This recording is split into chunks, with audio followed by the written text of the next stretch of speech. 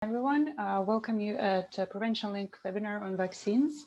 And I would like to begin our event by honoring the land we're on, which has been the site of human activity since time immemorial.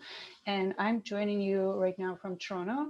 And for thousands of years, it has been the traditional land of Huron-Wendat, the Haudenosaunee, and the Mississaugas of the Credit First Nations. This land is governed by the Dish with One Spoon Covenant.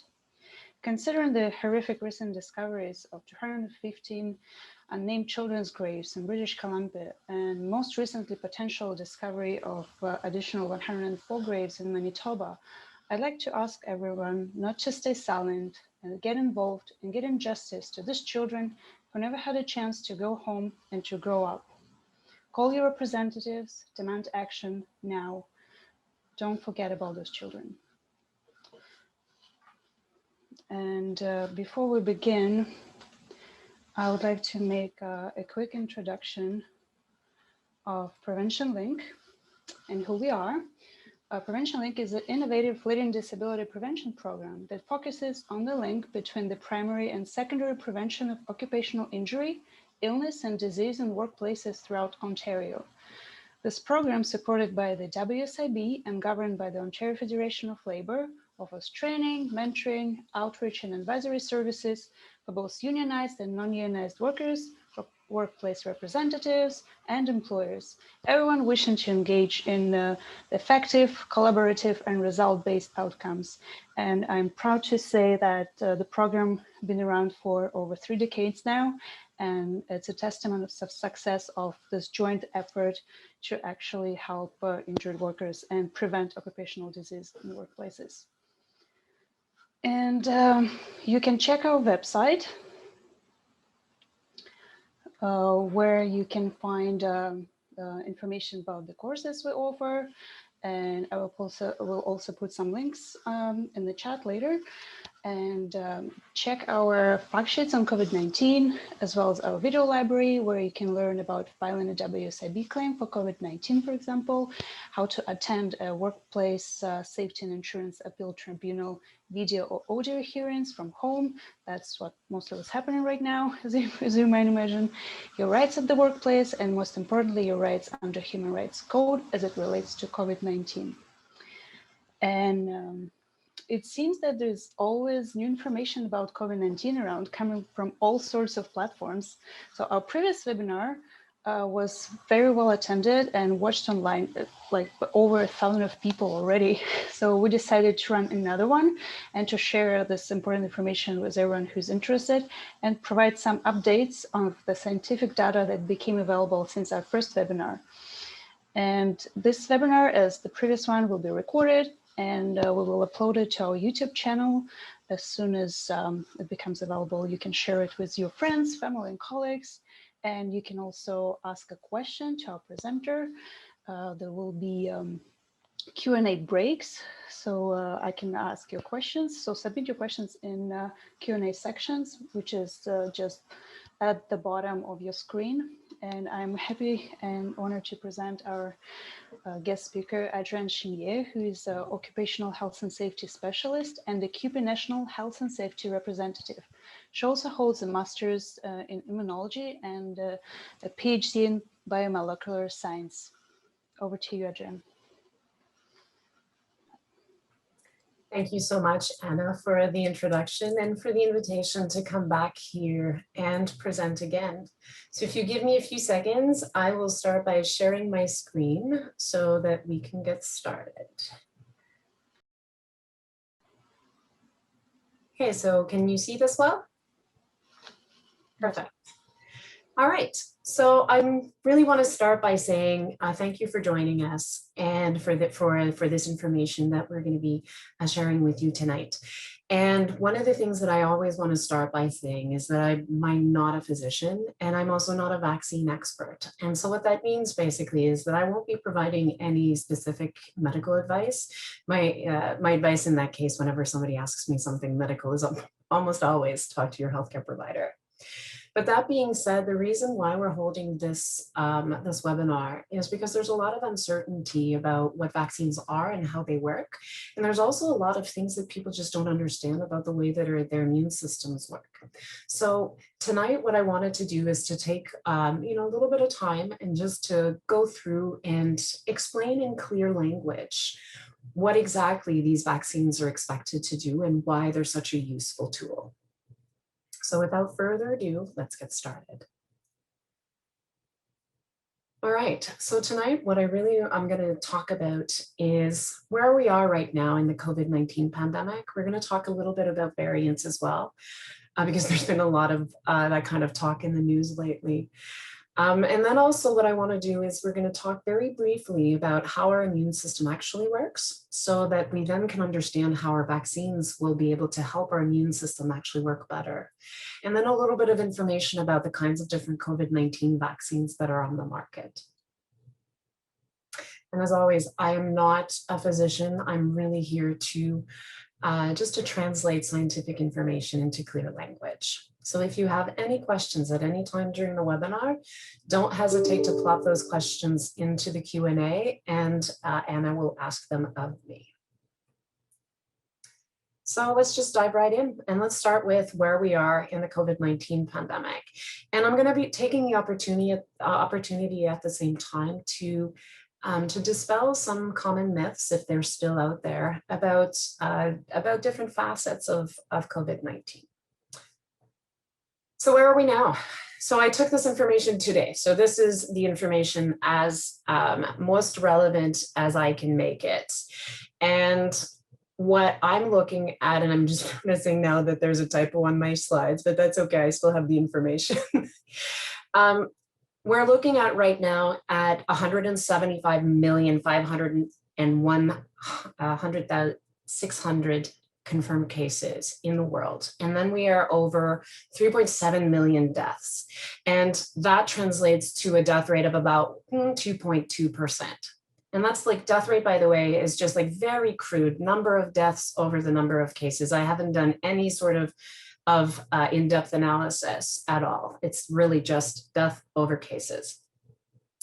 In Canada, we're currently sitting at 1.4 million confirmed cases with over 25,000, almost 26,000 deaths. And that translates into a death rate of about 1.8% at this time. And in Ontario, which is where I am joining you from the traditional territory of the Anishinaabe in the Robinson-Huron Treaty Territory. So in Ontario, where we are right now is we are at over 530,000 confirmed cases with almost 9,000 deaths. And that translates into a death rate of about 1.7%. So information that I hear a lot about, or often people have this misconception that COVID-19 is like, it's not that bad. It's just like, it's like the flu, and it's just like the flu, we'll get over it. And that's not quite true. It is true that COVID-19 is also a respiratory virus. That's true, but it's not the same kind of virus. And because it's not the same kind of disease, it doesn't have the same features. And so because people often compare COVID-19 to the flu, I'm going to start with just contrasting some of the information that we have about the last full flu season that we had. And so this data that I'm presenting to you comes from the Centers for Disease Control. So yes, it is. This is US data. But it comes to us from 2017, 2018, because that's the full flu season data that we have. And so when we look at it, it's presented to you on the right side of your screen. And so what we're estimating is that in that season, 2017, 2018, there were 45 million estimated cases. Of those illnesses, there were about 810,000 cases where the individual was hospitalized, and then an estimated 61,000 of those individuals died. And we talk about these as estimates. And the reason for that is there's a lot of different reasons for that, but one of the main ones is that not everybody who gets the flu actually interacts with the healthcare system. So if you never go see your physician, if you never go see a nurse practitioner, then they're never going to sort of describe your symptoms. They're never going to say, that looks like the flu. And then jotted down. So that kind of information never gets captured. So they're really estimates. But at the end of the day, estimates aside, what we're looking at is a death rate. Same thing, if you take the number of deaths over the number of illnesses, what we come up with is a death rate of 0.14%. And that's important because that 0.14% is 12 to 15 times less than what we are currently observing for COVID-19. Good news, though, I have to say that I have been tracking the death rate, or basically just the number of people who've died over time. And I've been doing that since early February. And one of the things that I can say is that when I first started giving these presentations, that the death rate was somewhere around 2.6%. And now we're seeing worldwide data that is showing that it's at 2.1%. And then in Ontario, same thing, we were looking at 2.4, 2.5, and now we are down to 1.7%. So this is good, because while we can't necessarily say that it's all vaccination, what we can really say is that our public health measures are working. And that's really what the information that we really need to internalize, because that's good news. Now, there's a lot of questions that we get about variants. And so the first one is like, where do these variants come from? And variants are kind of like, they're an interesting beast. Basically what they are is they're the product of evolution. So every organism is always seeking to improve itself. And a virus is the same. It's it is always seeking to evolve. And so that kind of change, it happens when a virus is trying to make copies of itself. So during the infection process, what happens is, the virus gets into the cell, and it, to make the infection go, it makes a lot of, you consider them virus babies, if you like. So it's going to make a lot of those virus copies. And as it's doing that, there are 3 different outcomes that can happen.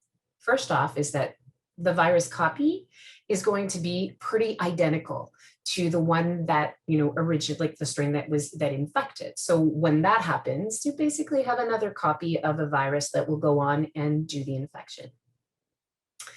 But that being said, as a virus is making copies of itself, one of the other things that happens is that sometimes it makes mistakes. And so those mistakes are pretty important, because sometimes those mistakes, they change the way that the virus is going to be able to just operate. So if we were to say that there is the first, like a sloppy copy, if you like, of a virus, and the mistake that gets inserted in there means that the virus doesn't survive very well, that's a great thing. Because from our perspective, what it means is that the virus is basically just going to die off. That copy is gone, and we don't need to worry about it anymore. But the problem is that sometimes those mistakes, they can actually be a good thing for the virus. And if it's a good thing for the virus, it's probably not going to be a good thing for us. And so those kinds of changes, they're called a selection advantage. And what they do is that they change the way that the virus moves, the way that it operates.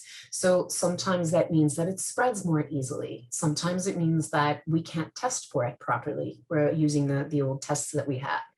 Sometimes it means that our immune system doesn't see it as well. And sometimes it means we have to change our treatment options, because for whatever reason, it's being resistant to what we're treating with. But at the end of the day, what we really want to be doing when we're talking about preventing new variants from occurring, what we're really trying to say is that we want the virus to not be making copies of itself. And so if we're not giving a virus the opportunity to make copies of itself, then it doesn't have the opportunity to make a sloppy copy that might actually hurt us in the long run. And so what we want to do is we want to prevent the spread. And we want to make sure that when people are infected, they're going to be infected for as short a time as possible, and that the disease is going to be as localized, like as small as possible. Because what that means is that overall, it's going to be a better outcome for the person. There have been several different variants that have that are currently circulating in Canada. There's the Alpha, the Beta, the Delta, and the Gamma variants. And the information has changed in the way that we call them, but the Alpha variant is the one that was the B117, the one that originated in Europe, in the UK, and that one is still the most dominant virus that or viral strain that we have. There's a lot of talk right now also about the Delta variant. So the B1617.2 strain that is also starting to make its rounds in Canada. So those are just two different examples of variants that happen because the virus is replicated, is infecting people, and it continues to be able to make copies of itself. So we're like, great. So we have like viruses that could be changing and so on. So how do we ever get to the end of the pandemic? Well, to get to the end of the pandemic, what we really want to be looking at is we want to have a best method to control the spread. And the best method, of course, is to make sure that we never get infected in the first place. If we have to, then it has to be the shortest illness possible with the least amount of disease, because what we don't want to be doing is spreading it around. And we know how to do that. At this point, I feel like we could chant most of these things, but reducing the risk of infection means that we follow public health advice. So what that means is that we're washing our hands. It means that we are keeping very physically distanced whenever we're with people who are not in our bubble. We reduce the number of contacts. So what that means, we're reducing the different number of people that we're interacting with on a daily basis. And we want to make sure that we are protecting our airways and our membranes. And the reason for that is, well, COVID-19 is a respiratory virus. So we want to make sure that if we're going out, we're going to be protecting our airways, because that's probably how the infection is going to start. And if it's appropriate, please get vaccinated, consider get vaccinated, because vaccination, as we're going to go into today, it has a lot of very good benefits, and it will, in fact, help us come out from pandemic restrictions. Now, I also want to be really clear that whenever we are in a position where we cannot wash our hands, where we can't keep physically distanced, where we can't reduce the number of contacts, and when sometimes where our airways may actually need more protection. And that's often what the case at work, because at work, we're in a different set of circumstances and we don't necessarily have as much control over our day-to-day actions. So in that context, if you can't wash your hands, if you can't be physically distanced, if you can't reduce the number of contacts and you can't necessarily protect your airways, you may want to actually start looking at other interventions to address the different risks than you would have if you were at home. And just before we keep on moving, because there's been a lot of discussion lately about, well, I've been vaccinated. Can I just like run free in the world? Oh, I wish, but not yet. Close, but not yet. There's this idea that we have because, we get vaccinated and then we're going to have immunity. And a lot of us, we define immunity sort of the way that we understand it. And I don't know if outside of the fact that I have like a degree in immunology, I might actually be tempted to think that immunity is kind of like what you see on those legal shows where, the person has immunity from being prosecuted, means that they can't come after you ever again. That's not how that works for vaccines. So vaccination, when we talk about having immunity, what we're talking about really is about having immune function. So what that means is that we have our immune system is on our side and it's ready to go. So what that means overall is that you're going to be likely really protected from severe illness and dying. But that doesn't mean you can't contract the illness, and we're going to talk about that a little bit more. So that doesn't mean just because you've been vaccinated, it doesn't mean that you can't get COVID-19. You can. But if you do get COVID, what you would be getting is a much shorter and much less severe illness.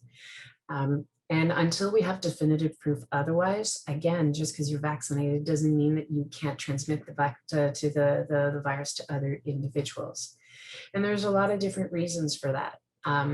It could be that you've been exposed to a variant where the vaccine has a little bit less effectiveness. It's also possible that at the time you were, that you went for vaccination, you weren't at your best. And it's also possible that the time that you were actually exposed to the virus, then you were immunocompromised. And all we mean by immunocompromised is there's a lot of different reasons why an individual might be immunocompromised. But at the end of the day, it's that your immune system is not working as strongly or as fully as it could be. That's all that we're really saying. So in any one of those situations, it's possible that you could be vaccinated and still contract COVID-19. So this idea that, vaccination means that everything is over and we have no worries and then we can just run free into the sunset, it's not quite there yet. So that's where we are with the COVID-19 pandemic. That's the status of where we are now. So now let's move into understanding a little bit more about what our immune system does and how it works, because very often individuals think that it's the medication that we take that is actually going to cure us from an illness. But really what it is that our immune system is actually going to be doing a lot of the heavy lifting, and the medications that we're going to be taking is going to help us with symptoms, and it's going to help us to maybe weaken the illness so that our immune systems can work fully. So let's talk a little bit more about how that works. So during this presentation, I'm going to be using two different analogies. So I'm going to be comparing our immune system to a security system. So what I really want you to think about, well, as I'm talking about the different immune functions, what I really want you to picture in your mind is like a fully fledged team of security personnel that's on guard to defend you. Because an immune response or immune system, really the goal of your immune system is to have a security system that's going to be there to defend you against the outside. And in this case, the outside that we're very specifically talking about is COVID-19.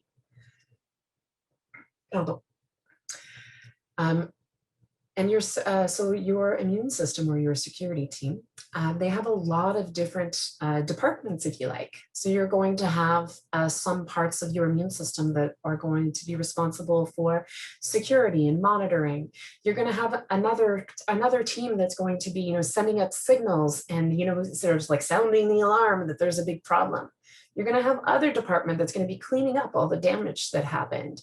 You're going to have different parts of your immune system also that's going to be investigating the site of the infection and then bringing back more information to the command center.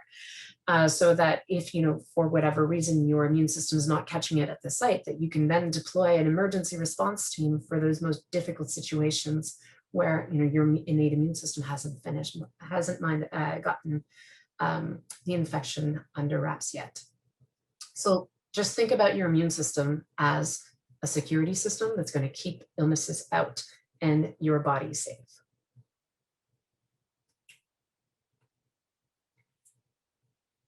So there's lots of different moving parts to an immune system, but the two main parts that I want to talk about is your innate immune system and your adaptive immune system. And so we're going to start with your innate immune system, because your innate immune system is your first line of defense, if you like.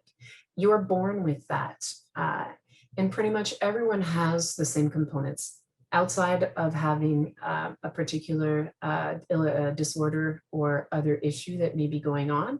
Pretty much everybody has the same innate immune system to defend them. And it's part of the very early response.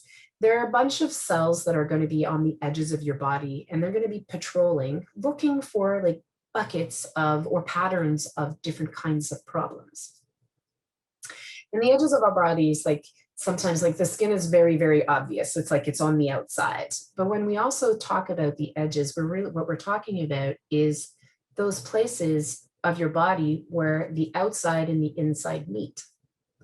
And so while your skin is obvious, other parts that are considered outside include your GI tract, because you put food in and it comes out of the other end. So it's open.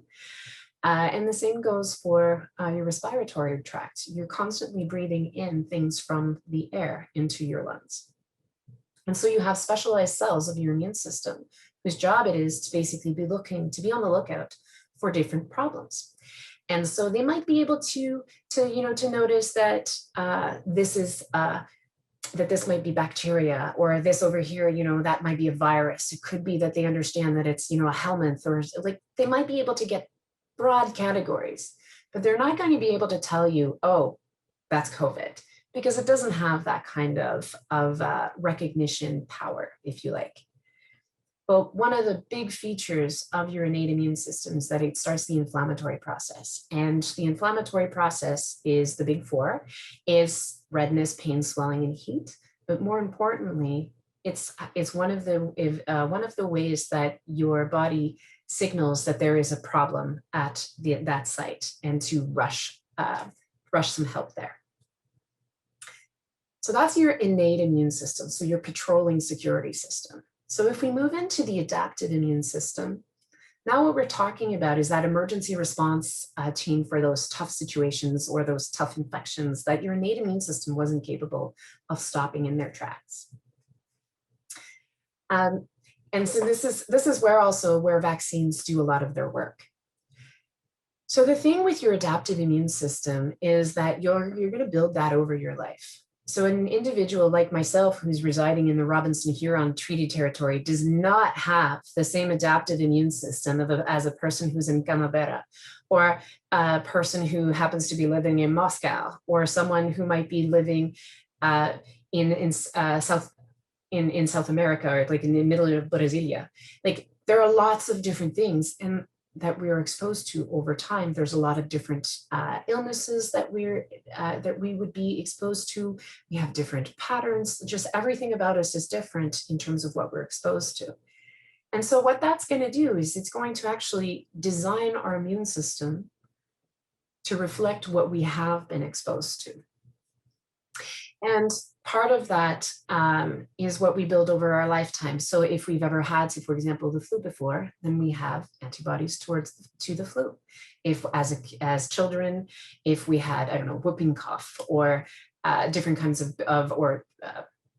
Varivax is chickenpox, we have antibodies towards those particular illnesses. So our immune system is a good way to differentiate the different parts of our immune systems. It really does depend on what we've been exposed to.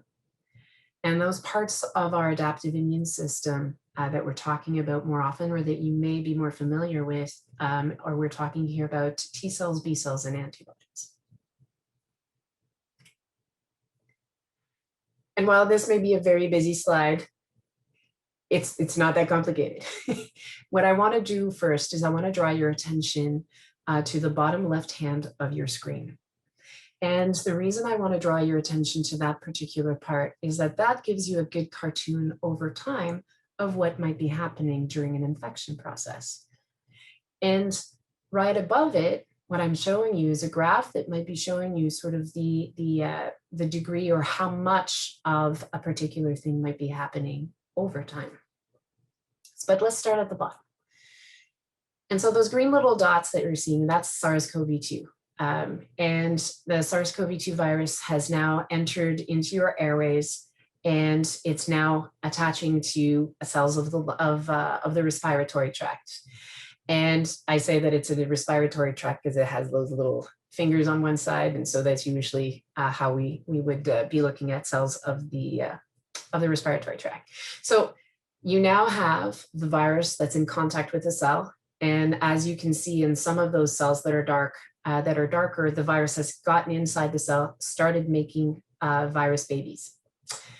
And those virus copies, once they're done, they are going to come out of the cell, and then they're available to infect other cells. So that's how the infection gets started, and that's how it continues.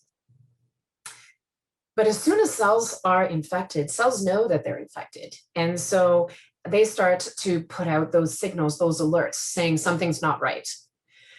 And so when that starts to happen, in this diagram, you're seeing those as little pink triangles, and they're called cytokines. And when you look at the graph above it, you see that as IFN alpha, IFN beta, that's interferon gamma, interferon alpha and beta.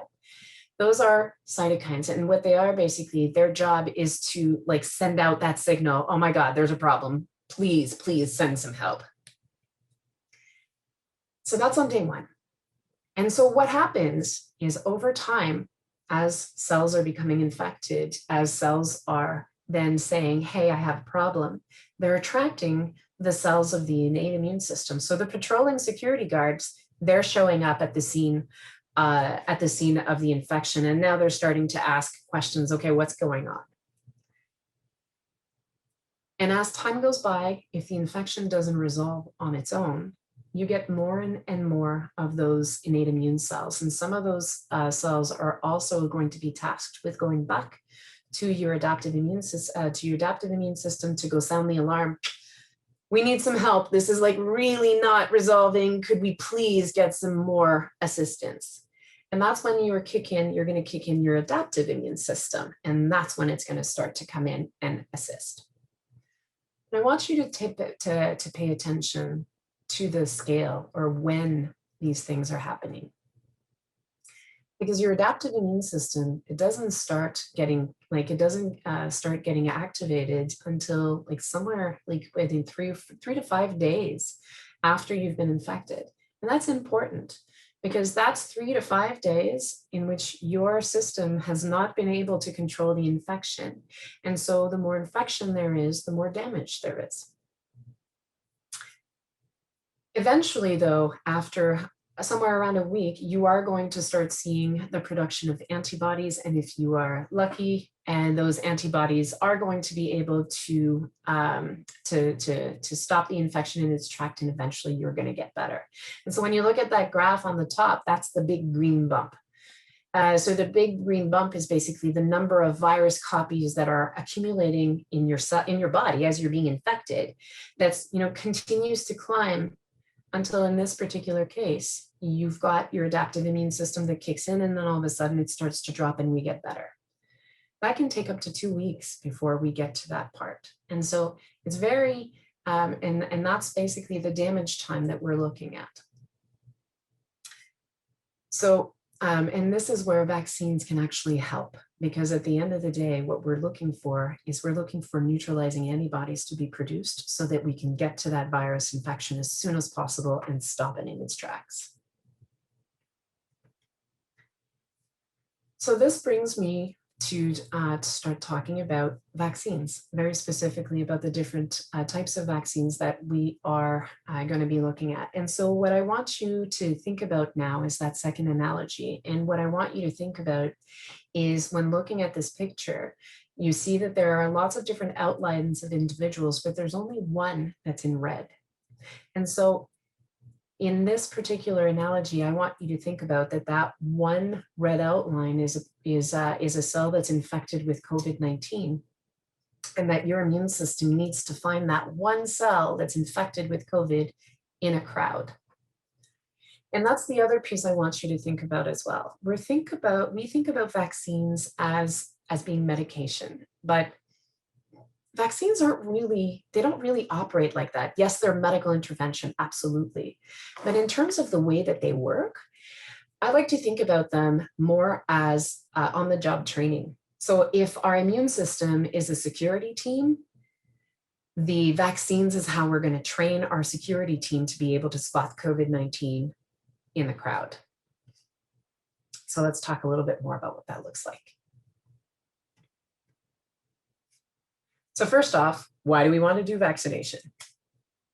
Well, the reason for that is because generally speaking, infections cause harm, damage, and death. And this is especially true in COVID-19. We are seeing harm, damage, and death in populations where we were not expecting to see them. We're seeing very young individuals who have died. And just as much as we have seen like throughout the span of the ages. But, and also what we're noticing even more is the number of individuals who've contracted COVID-19 and then end up having what we call long COVID, or who have like symptoms well beyond having cleared the initial infection, which was in their respiratory tract. So the reason why vaccines are useful is that they may prevent us from ever getting COVID-19, which also means that we're never going to have the associated long-term damage. And so vaccination really is a way to train your immune system to respond to a very specific problem. In this case, we're looking at COVID-19. And so what we want to be able to stop it. No more COVID-19. A lot of people also think that vaccines are all the same. That it's just a vaccine is a vaccine is a vaccine, and it's just, and that's not true. There's so many different kinds of vaccines that they come in a lot of different types, and that's what I'm showing you on the right. On the right are just like the three big buckets, if you like, or categories of vaccines that we can see. So you may have a vaccine that contains an entire virus or bacteria. In this case, when we talk about the viral vector vaccines, the adenovirus vaccines, that's what we're talking about.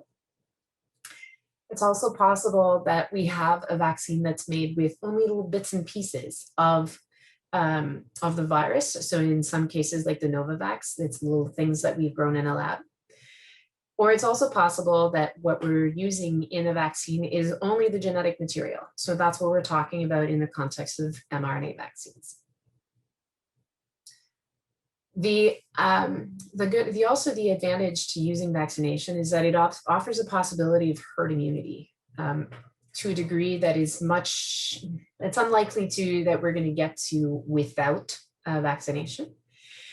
And on top of that, the really great, if we like, my favorite side effect to vaccines, if we like, is that vaccination also protects an individual from dying of COVID-19. It will protect from severe disease. It's also associated with an overall reduction in the disease burden. So what that means when we talk about disease burden, what we're saying is you're not going to be sick for as long. And if you are going to be sick, you're going to be, your illness is going to be not as severe. So it's going to be a milder illness, it's going to be shorter.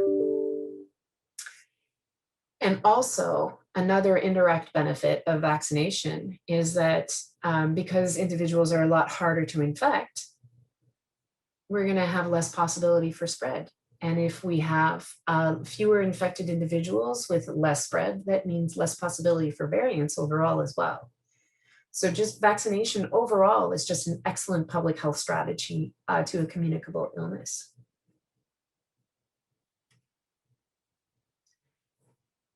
And when we talk about the two different kinds of viruses that we have, both of the viruses that we're using, or the different kinds of viruses, the different types of vaccines that we're using, they both are built kind of the same way. What those different pieces look like are a bit different though. So both viral vector and the mRNA vaccines, they both have a delivery method, and I'll talk about the specifics of those things just in a few.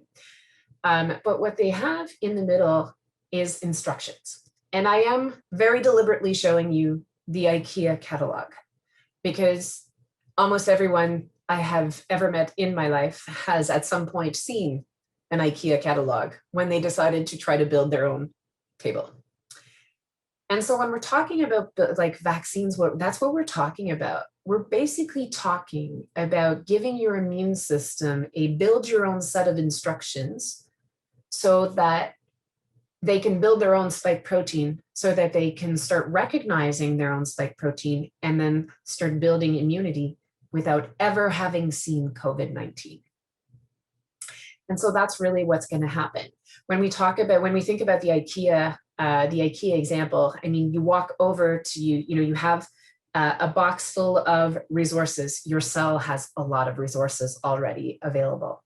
And then you pick up this little, the IKEA instructions manual, and you start reading those pictures, and it says, okay, you pick up this piece and you put it next to this piece, and then you add this other piece. Vaccines are doing basically the same thing to your cells. It's telling your cells exactly how to build the spike protein so that your immune system can be trained. And so when we talk about mRNA vaccines, what we're talking about here is basically an outside shell that's made mostly of fat. And on the inside, we've put the instructions only for the spike protein. And because it's mRNA doesn't hang around for a very long time. It's not designed to do that. It's very much like the IKEA manual. It's very flimsy. It's designed to basically, you use it a couple of times and after that it's gone. And the instructions that are in the mRNA are only for the spike protein. There is nothing else. You can't get COVID-19 from an mRNA vaccine, and you can't get COVID-19 from a viral vector either. And the good thing about having your cells do it yourself, like build your own spike protein, is that it looks almost identical to what COVID-19 might look like. And so I will apologize now because I'm going to scroll through my slides to go back to that original example that I was talking about earlier.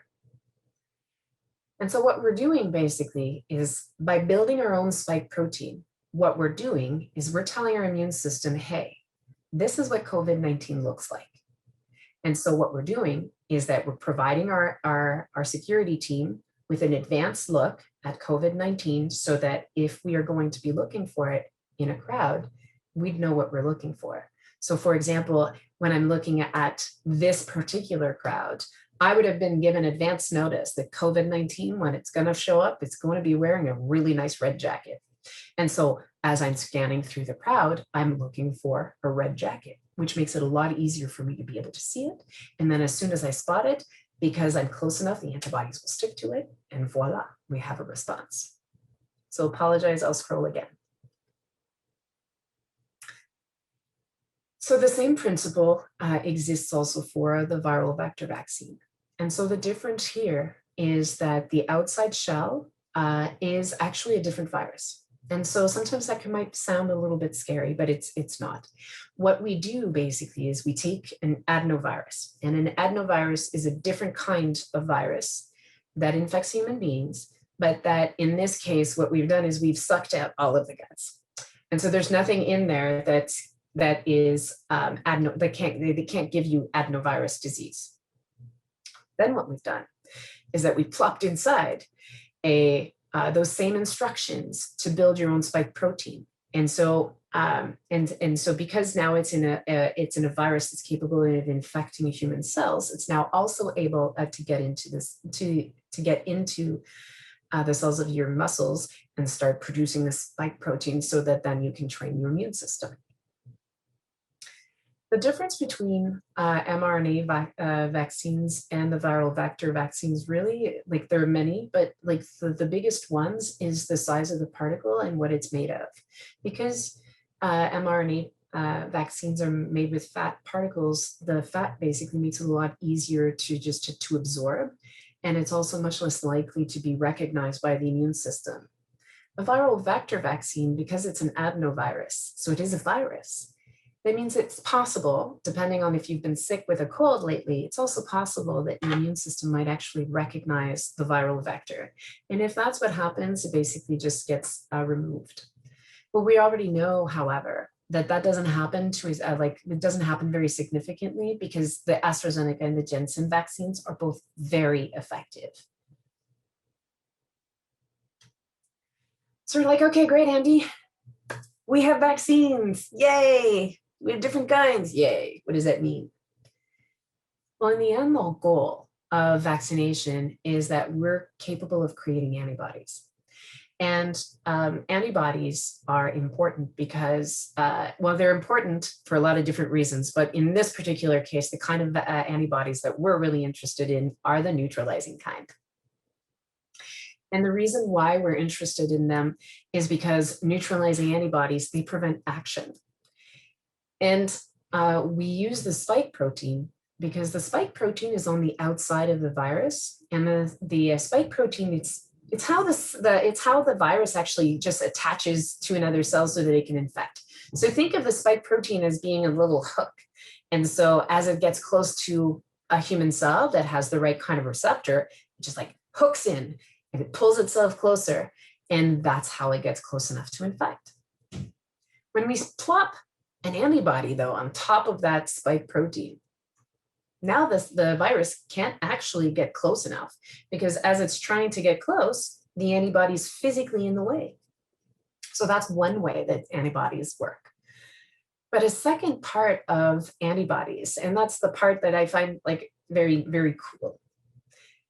Antibodies on the part, so you've got the part that's stuck to the virus, but then you've also got a part that's kind of like just floating around. And that part, it's got little signals on the tail. And what it's telling other cells that are around it is like, you know, this is trash. We don't need this to be around. This is neither useful, it could be problematic. So we need to get rid of it. And so you've got these cells that come in, they see this antibody, grab it and eat it. Voila. Virus is now not only not able to infect your cell, but it's just gone because the cleanup crew has come by, saw that it was tagged for disposal and disposed of it.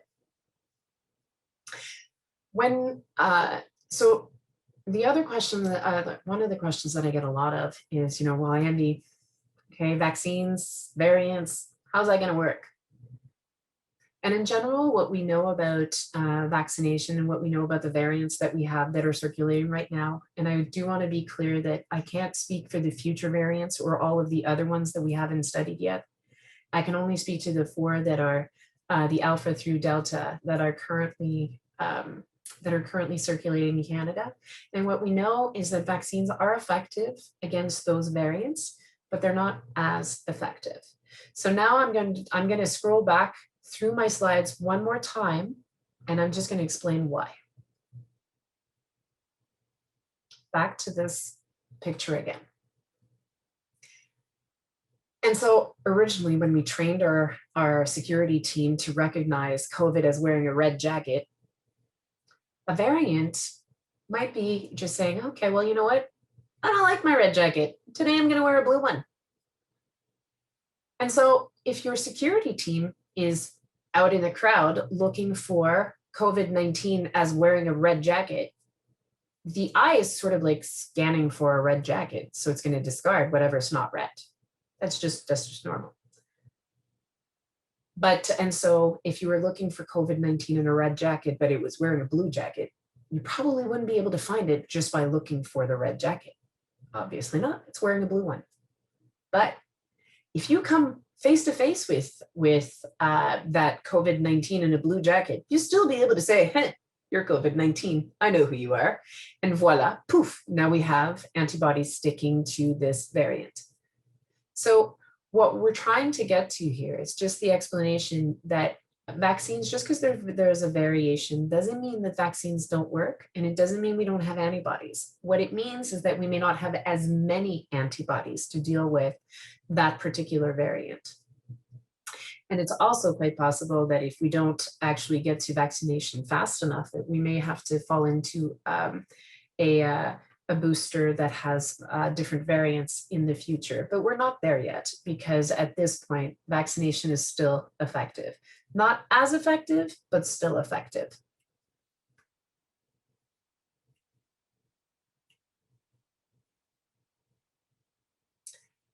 The second question I get a lot of, or another question I get a lot of, is why 2 shots, Andy? Like, why do I need to have a booster?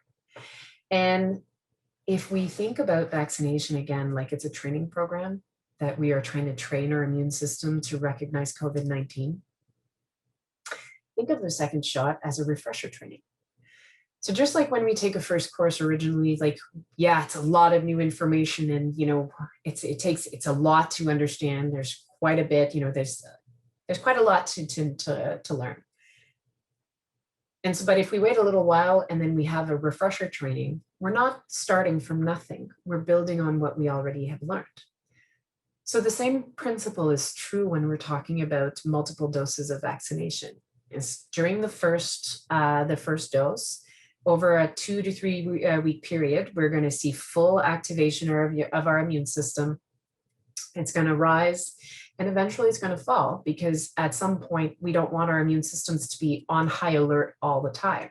So that's quite normal. When we give a second dose of a vaccine, however, what happens is, because our immune system already knows what COVID-19 looks like, it's not learning to recognize COVID-19. Now it's remembering what COVID-19 looks like, and that happens a lot faster. So when we look at that scale, or the graph that I'm showing you on the left-hand side, and I would like to preface by saying this is not actual COVID data. I created this graph for explanation purposes only. What we're seeing basically is we get that first dose, and then we get a very, very strong and rapid second response after the second dose. And that's normal, because our immune system already knows what to be on the lookout for. And so what we're doing with that second dose is that we're making sure that we're going to have strong immune response and that we're going to keep it for a longer period of time. So we use a second shot to help keep the immunity high and to keep memory strong. Then I've also lots and lots of questions about side effects. And so what I want to preface by saying is side effects, most of the side effects that we get when we get vaccinated are in fact because the vaccination is working. So what we'll have, generally speaking, is we'll have soreness at the site of the injection for a few reasons. One, we've just been stabbed in the arm with a sharp metal object. That creates damage. And when we have damage, that is also a way for our immune system to start with inflammation. So we have damage at the site of the injection, and that damage creates inflammation, which is already telling cells of the immune system, you may want to come look over here, we may have some property damage. But then on top of that, a very knowledgeable and skilled healthcare worker is going to inject you with a substance that's going to make your immune system very, very interested and very intrigued. And so when your immune system gets activated, it does what it always does, and it's going to expand. So doing that, it actually takes a lot of energy. It takes resources. So it's quite possible that you're going to be tired. It's quite possible you're going to be achy, and it's quite possible you're going to be hungry, because like building an effective immune response, it takes energy and it takes resources.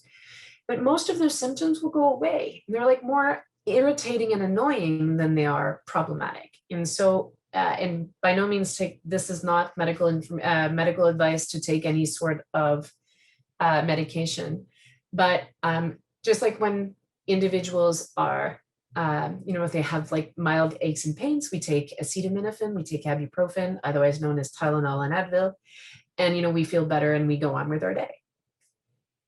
But that being said, when we go for vaccination, the healthcare workers are going to be giving you like a whole list of things to be on the lookout for, because there is no such thing as a medical intervention that has no risks. That's not true. I'm not aware of one. And so that's a list of things that you as an individual have now just received vaccines, like a vaccine, should be on the lookout for. Because if you have symptoms or you have side effects that are more than just annoying, you should absolutely interact with the healthcare system in some shape, way, or form.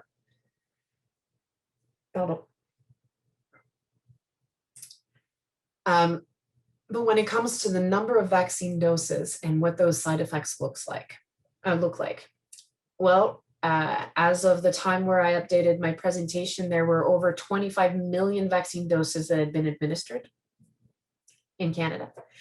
And of those 25 million plus doses, there were 5,473 adverse events that were reported to the Public Health Agency of Canada. So what that means is 0.022% of all doses administered had a reaction that was strong enough that a person decided that they needed to talk to a healthcare worker.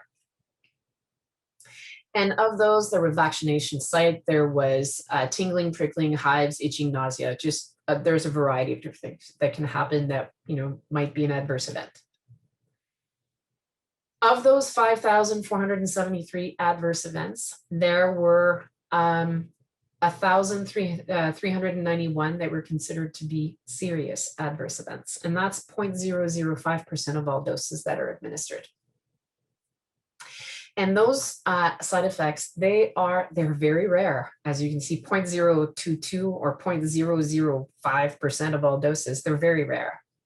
But if they're gonna show up quickly, they're gonna be showing up within 15 minutes. But they can be seen up to 3 days. So don't be surprised if like at the beginning it wasn't so bad, but then it continued to build. And if we were talking about clots, and clots have been observed in all of the vaccines. So clots were observed anywhere between 6 to 24 days after vaccination. So those are, there are side effects to vaccination. The most important thing to be aware of is the ones that are going to be relevant to you if you get vaccinated with a particular product. So having said all of that, and I realize it's a lot of information, I know that. Really what I want you to, if you remember nothing else from this presentation at all, please remember this. And that is that millions of people have been safely vaccinated against COVID-19 in Canada, and it's billions at this point worldwide. If you have any questions about vaccination whatsoever, please talk to your healthcare provider if you've got those questions. And if you don't have a primary healthcare provider, you can also call Telehealth Ontario. You can call your public health unit. You can call Public Health Ontario to speak with a licensed healthcare worker. Because at the end of the day, I want you to remain skeptical. I want you to keep asking questions because, I want you to keep asking questions of people who actually have answers that will be relevant to you. So while it's easy to like get onto the Google or get onto the YouTube and try to find, information, at the end of the day, it's not so much whether or not you can find information, but it's really about whether or not that information is relevant to you. And the only person who can really make an educated decision about vaccination is yourself. But you should be making that decision with your healthcare provider, because the thing that they have is they have expertise about health in general, but they also have expertise when it comes to your specific health.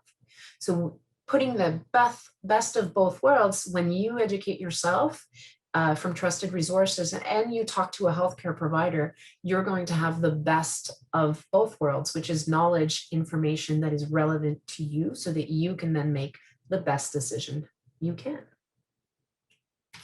And on that, I will stop it here and turn it back over to Anna to see if there are any questions. Thank you, Adrienne, for this awesome presentation. And yes, there's a few questions here. And the first one is, why some people have severe reaction to the second dose and others do not? Yeah, okay. So then allow me to scroll back through my, and I'm just going to go back to this particular slide, because that's really what we're talking about. When we receive the first dose, our immune system is learning. So it's going to be using a lot of different resources to try to create that specific, like, targeted COVID-19 response. When we when we take the second dose, we're reminding our immune system. So what we're doing is we're building on the capacity we already have. So because we already have a certain amount of immune knowledge in this case, what ends up happening is, because the second dose is a reminder, so it's going to happen stronger and faster than the first dose happened. So that would be why, if you are one of the individuals who happens to have like stronger immune reaction to the second one, it's because you've basically your immune system has learned well. And this was a refresher, so you're building on top of what you already have. Thank you. Next question is, as the age of people who can be vaccinated drops over time with new findings and trials, can you tell us more about children's immune system? How is it different from adult immune system? Well, there's a couple of things at play with children. One of them is that children are always growing, so they are much less likely to have very severe disease when we talk about respiratory viruses, because they're always exposed, so their immune system's already like pretty strong, and so it's already active. It's also immature because you're building it over time. So what we're trying to do with children is that we're trying to limit the amount of people that they interact with. Because we don't generally vaccinate in children that are, right now we can't vaccinate in children that are below the age of 12, with actually in 12 to 16, the only product that we can use at this point is Pfizer, because that's the only one that's been tested. So there's that part. So a child, their immune system is immature. Also, it's always very challenged, and we don't test in children until we have a lot more data.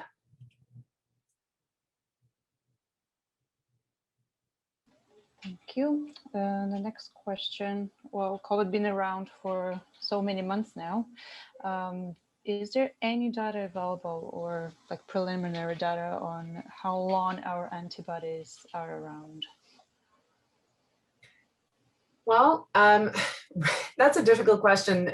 That's because COVID-19, I mean, is only from COVID-19. So we don't have that much data to talk about. Like there's information that we can glean. There's some data that we have in terms of the different types of vaccines that tells us that we're likely, with the vaccines that we have and with COVID-19 infection as well, we're likely to have a long-standing immunity. How long that is, that's a really great question. I can't see into the future, but experts and much wiser individuals than I have studied this question, have studied that particular question, and the information that they have is that it looks really good for long-term immunity. That's the best that I can do. Thank you. Yeah, well, let's hope it's like just smallpox, one vaccine and we're done forever. Another question, can you please elaborate on the process for vaccine approval? Because there's like some hesitation and doubts about how well it's trialed and whether it's been trialed on humans, etc. Yeah, so there's a few different things that are at play here. First off, there's the idea that vaccines, mRNA vaccines, are brand new and that we've never seen them before. And one of the things that I can say is that we've never seen the COVID-19 mRNA vaccine. That is 100% true. But to say that we've never seen mRNA vaccines, that's actually not true. We've been using mRNA vaccines in humans since 1995-ish. And so we do have quite a bit of information available on what does work, what doesn't work. And so just from the mRNA vaccine, the same is true as well for adenovirus viral vector vaccines. So we already knew them as tools, if you like. The difference or what changes in the context of these clinical trials is what we've put into it. And there's this idea also that, we skipped some steps and that, there are some corners cut, and that's actually not the case. And one of the reasons why we have these vaccines of such high quality and such high efficacy in such a short time is a combination of things. We were starting with tools that we already knew a lot about that we were going to tweak for this particular application. 2, unprecedented level of cooperation. Like, I've never seen the world collaborate like this. It was a beautiful thing to see. And it also makes me super excited about what else we're going to do, like with things like cancer. Like, there's just the mRNA vaccine application for that is awesome. But so that collaboration, reusing different tools that we had, now collaboration, and on top of that, the world got together and made this happen fast. Did we skip steps? No, we didn't. What we did do, though, is we did them in sequence, and we did them in a lot shorter time frame than we would have over time. Most people think of like R&D or research and development for new drugs as taking, decades and decades in order to get a product to market. And that's usually true. But it's usually true because you have a single set of one company that's, trying to keep all of that information to themselves as they're doing all of the work, as opposed to what actually happened, which is to spread this problem across all of the brilliant minds of the world and ask them to come up with solutions. And when they did, they then started testing those solutions, and they tested all of the stages of clinical trials. And please don't take my word for it. You can actually go onto the World Health Organization and take a look at all of the clinical trials that they've actually run on all of these products. So please don't take my word for it. But what they ended up doing is that they ended up doing them one right after the other. So we moved from we know that it's not going to be, that it's safe, into, we know that it's not going to create, those short-term problems. We also know that it's not going to create maybe some long-term problems. What we do know now, we need to figure out is it effective? And so we moved through stage 0, stage 1, and stage 2 of clinical trials and went into stage 3, knowing all of the safety data, trying to figure out whether or not it was effective. And so that's the data when they started coming out with 94% effective. That's what we were talking about, is the stage 3 clinical trial data that was telling us, absolutely, this is effective. 100% of the time, the individuals who are vaccinated do not die of COVID-19. 100% of the time, they will not be vented or ventilated in the ICU. That's data that we actually, we can hang our hats on. That has been true. When we look across the world at who winds up in hospital, overwhelmingly, the individuals who are in hospital and dying are unvaccinated. The second highest number, and it's a lot less, but the second highest number is then those individuals who've only had one shot. And then the smallest proportion, because this is possible, but the smallest proportion of number of individuals then is at 2 doses to show up in hospital. So a lot of different, I know we started off in one place and sort of got to the other, but this is there is a lot of safety data and a lot of information that we continue to get from individuals who then interact with the healthcare system, whether or not they're vaccinated or not. And so that gives us a lot of information, not just for stage 0, 1, 2, and 3 of clinical trials, but we're now in stage 4, which is what's called post-market data analysis. And that's where we are now, is that we're looking at what happens when millions and millions of individuals, or billions at the case of individuals who get vaccinated, what happens. So I'll turn it back over to you. Thank you. Could you please comment on mixing vector and mRNA vaccine, as we see some recommendations right now coming up? Yeah, so I've seen some of the studies that have come up where they were talking about, can we mix and match? And I know that from a theoretical perspective, I can't appreciate why we couldn't. But that being said, just because I can't appreciate why something wouldn't happen doesn't mean very much. But at the end, they ended up so they did ask that very specific question. And they're like, okay, can we do that? And the reason why they were asking for is a lot of different reasons.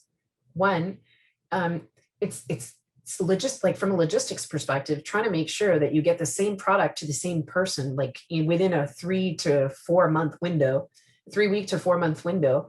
That can be quite challenging, because you have to find that individual the second time in the right time frame. Also, some of the different products, they require very specific storage solutions. And also the entire world is looking for, vaccines, right? So all of those things combined meant that it was a really good idea to try to look to see, can we mix and match safely? And it turns out that the answer is yes. Yes, we can. And in some cases, they are showing somewhat better data if you do. So starting with the 2 that I've seen were AstraZeneca and Pfizer, and I think the other one was also Pfizer and AstraZeneca, to see whether or not those things work together. And you had good results, and still protection from dying at 100%. And same thing with protection from a severe illness and ventilation. Okay, well, here's a situation question. That probably happens in many families in Canada, but this is a particular one. An 80-year-old grandmother has had both shots done, and one of the adult family members had none. Does this member pose any risk to the grandmother? So in hypothetical terms, I would have to say yes. And for a couple of different reasons. I'm not saying that there is a huge risk and that we must absolutely, that's not what I'm saying. But the question is there a risk? Yes, there is a risk. An unvaccinated individual means that we don't know what their exposure status is. It also means that the potential for them to be an asymptomatic transmission is definitely there if there is community transmission.